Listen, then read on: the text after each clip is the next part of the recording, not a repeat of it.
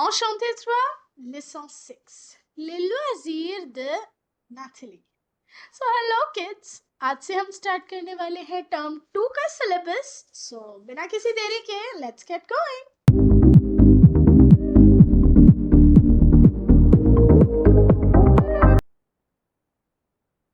Nathalie qui habite à Lyon envoie un mail à son amie Charlotte. So Nathalie, who lives in Lyon, is sending an email to her friend Charlotte. So email का typical format, from, to, and objet. Objet here means the subject of the email. Loisir. Now what are loisir? Pastime activities. Salut! Comment ça va? Merci pour ton dernier message à propos de tes loisirs et de tes activités préférées. So सबसे पहले वो letter में लिख रही है, hello, how are you? Thank you for your last message about your pastime activities and your preferred activities. Moi, je fais aussi beaucoup d'activités quand je suis libre. I also do a lot of activities when I'm free. Le week-end, je vais avec mon frère au complexe sportif pour faire de la natation. So on the weekends, I go to the sports complex with my brother for swimming. Chaque matin, je fais du jogging avec mon père. So every morning, I do jogging with my dad. Le dimanche, je vais au cours de piano où j'apprends à jouer du piano. So every Sunday, I go to piano class where I learn how to play a piano. And you know what? À l'école, pendant la récré, so in the school during recess, je joue au basket avec mes amis. I play basketball with my friends.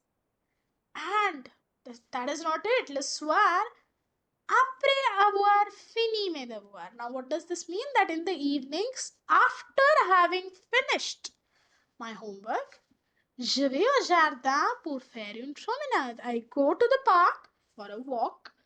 Et parfois, j'aide mon grand-père à faire du jardinage. Sometimes I also help my grandfather in gardening.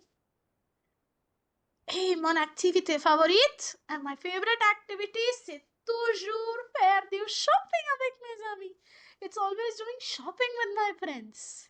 So, yeah, that's all. I've told you everything about my activities, although. So, Bise, Nathalie. Kisses from Nathalie. So, a lot of excitement, right? They were talking about a lot of activities. But how do you actually express what kind of activities you like?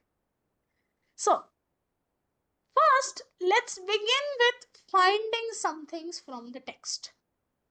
अपनी book खोलिए and मुझे 5 expressions जो इस text में use हुए हैं fair verb के साथ और 2 एक्सप्रेशंस जो यूज हुए हैं jouer वर्ब के साथ ढूंढ के बताइए.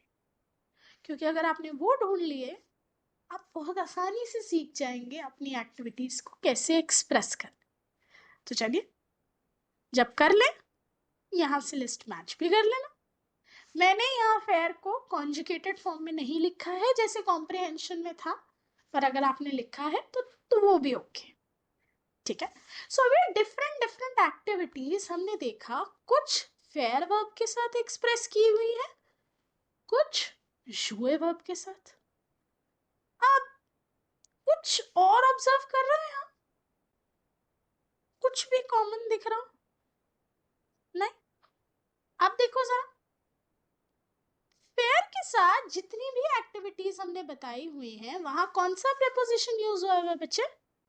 डी ई या उसका कोई फॉर्म लाइक दियो दला दल अपोस्ट्रोफ, राइट. वेयर jouer के साथ एक जगह डी प्रेपोजिशन है और एक जगह आ प्रेपोजिशन का फैमिली मेंबर है. तो हाउ डू यू डिसाइड कौन सा प्रेपोजिशन कब और कहाँ यूज होना है? सो वी यूज फेयर जिस वर्ब का मतलब है टू मेक और do followed by the preposition D E with all the physical activities या आउटडोर एक्टिविटीज जिसमें बहुत ज्यादा रिगर और हार्डवर्क चाहिए. ठीक है. Whereas हम jouer verb के साथ preposition are यूज करते हैं जब हमें बोलना हो that we are playing games or sports. Also jouer के साथ preposition de तब यूज होता है जब हमें बोलना हो कि we are playing a musical instrument. Confusing sound कर रहा है ना? So let us look at it in form of a flow chart. The expressions and how do you form them. Okay? Qu'est-ce que vous aimez faire? What do you like to do? So this is our flow chart which makes things more easy to understand. So if you want to say that you like to do any sort of physical या outdoor activity, आप क्या बोलोगे? Je fais, and you will use the preposition de with that activity. So let's say je fais de la natation. ठीक है? Je fais du jogging. अभी हम और expression सीखेंगे, डोंट वरी. ओके, बट अगर आपको बोलना that you like to play something, play a game something, so je joue के साथ आप यूज करोगे a member of a family and the name of the game. जैसे यहाँ एग्जाम्पल में मैंने बोला है je joue basketball, I play basketball. English में कुछ नहीं यूज होता, बट फ्रेंच में यू नीड इट. बट अगर आपको पसंद है कोई इंस्ट्रूमेंट बजाना, आप क्या बोलेंगे? je joue. Then you'll use a member of the de family. Like इधर मैंने यूज किया example, je joue de la guitare. So I play guitar. ठीक है? So जब हम फ्रेंच में एक्सप्रेशंस यूज करते हैं यूजिंग ईदर प्रपोजिशन आ और द इज कंपल्सरी. इंग्लिश में मैं रिपीट कर रही हूँ, प्रपोजिशंस हमें नहीं चाहिए होते. तो चलिए कुछ एक्सप्रेशन सीखते हैं विद द वर्ब फेयर. सो यहाँ मैंने दो पिक्चर्स दिखाई हैं. Try to guess these in English. First picture में एरोबिक्स, सेकंड में swimming. Now how will you say this? फेयर द एरोबिक. मैं यहाँ इंफिनिटिव फॉर्म यूज कर रही हूँ, आप इसे किसी भी सब्जेक्ट के साथ यूज कर. जैसे ईल्स फॉर द एरोबिक. अगर मैं इस पिक्चर को डिस्क्राइब करूं, they are doing aerobics. Here एल फे de la natation. She is doing swimming. Next 3. यहां पर तो हाइकिंग हो रही है, इधर हो रही है पिकनिक, इधर ये कपल कर रहा है jogging. So how do you say these expressions? Faire de la randonnée, faire du pique-nique, faire du jogging. You can just simply make a note of these, या अगर आपकी बुक में ऑलरेडी गिवन है, you can just write down the meanings and learn them. Okay? Last two expressions we have. यहाँ चल रही है gardening and यहाँ चल रही है जिमिंग.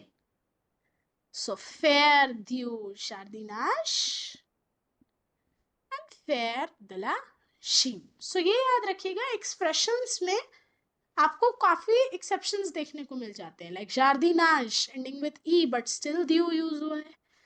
जिम मैस्कुलिन लग रहा है but it is actually feminine. तो इन चीजों का ध्यान आपको रखना पड़ेगा.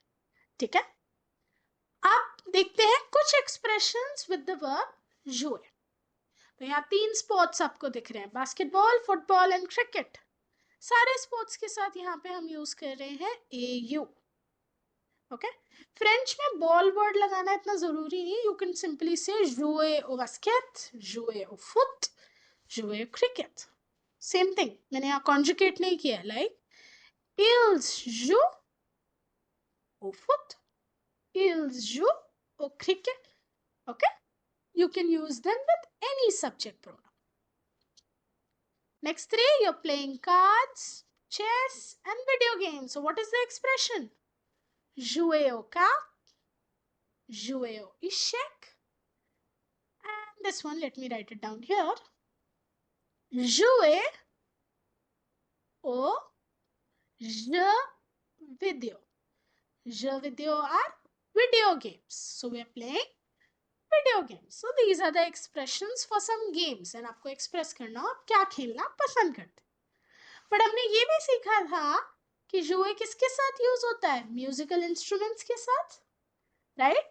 For example someone's playing a guitar, a violin or a piano. How will you say that in French?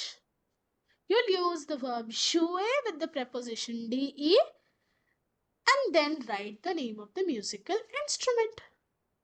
So the first picture, je joue de la guitare. I play guitar. Je joue du piano. The little one right here. I play piano. Je joue du violon. So I play violin. Okay? So यहाँ तक बच्चों हमने देखे different kind of expressions using the verb faire and jouer. ये सब expressions कब use किए जाते हैं, जब आपसे कोई पूछे आपको किस तरह की एक्टिविटीज करना पसंद है और आप उन्हें एक्सप्रेस करना चाहो इन फ्रेंच. अब एग्जाम में दो तरह से इसका क्वेश्चन आता है. वन, या तो आपसे एक पैराग्राफ बोल देते हैं कि पैराग्राफ लिखिए कि आपको क्या क्या करना पसंद है, what are your favourite pass time activities. या फिर there is a question like this, आपको बोल देंगे fill in the blanks with the expressions of fear and joy. अब इस केस में आपकी नॉलेज आपको हेल्प करेगी, आपको कितने अच्छे से सेंटेंसेस समझ आते हैं, क्योंकि यहाँ एक करेक्ट आंसर नहीं होता. You have to look at the sentence like je vais au jardin. I go to the garden. मैं गार्डन क्यों जा रही हूँ, वॉक करने, जॉगिंग करने, पिकनिक करने, to play basketball, maybe उस गार्डन में हो, आई डोंट नो. ठीक है. So I'm just giving you examples. There are multiple correct answers. But अभी मुझे लिखना है कि मैं जॉगिंग के लिए जा रही हूँ. So I know जॉगिंग के लिए एक्सप्रेशन यूज होता है फेयर व्यू जॉगिंग. तो सबसे पहला काम मेरा क्या होगा, फेयर वर्ब को ज के हिसाब से कॉन्जुगेट करना एंड देन अपना एक्सप्रेशन लिखना. ओके. सो इसी तरह वीडियो को करो पॉज, तसल्ली से सेंटेंसेस को समझ के सोचो कि यहाँ क्या आंसर्स फिट हो सकते हैं. चाहिए तो अपनी बुक की हेल्प ले लो फिलहाल के लिए, एंड फिर ट्राई करो to match your answers with mind. अब हो सकता है कुछ कुछ ना भी मैच हो, क्योंकि शायद आपकी थॉट प्रोसेस अलग हो और मेरी अलग. बस ये देख लेना कि क्या एक्चुअली वो सेंटेंस सेंस बनाएगा जिस तरह से आप वो लिख रहे हो या नहीं. ठीक है. सो ये था हमारा चैप्टर लेसन 6 ऑफ Enchanté 3. इसी के साथ सिर्फ I will meet you next week with the next lesson. Till then, keep learning, keep practicing. Bye bye.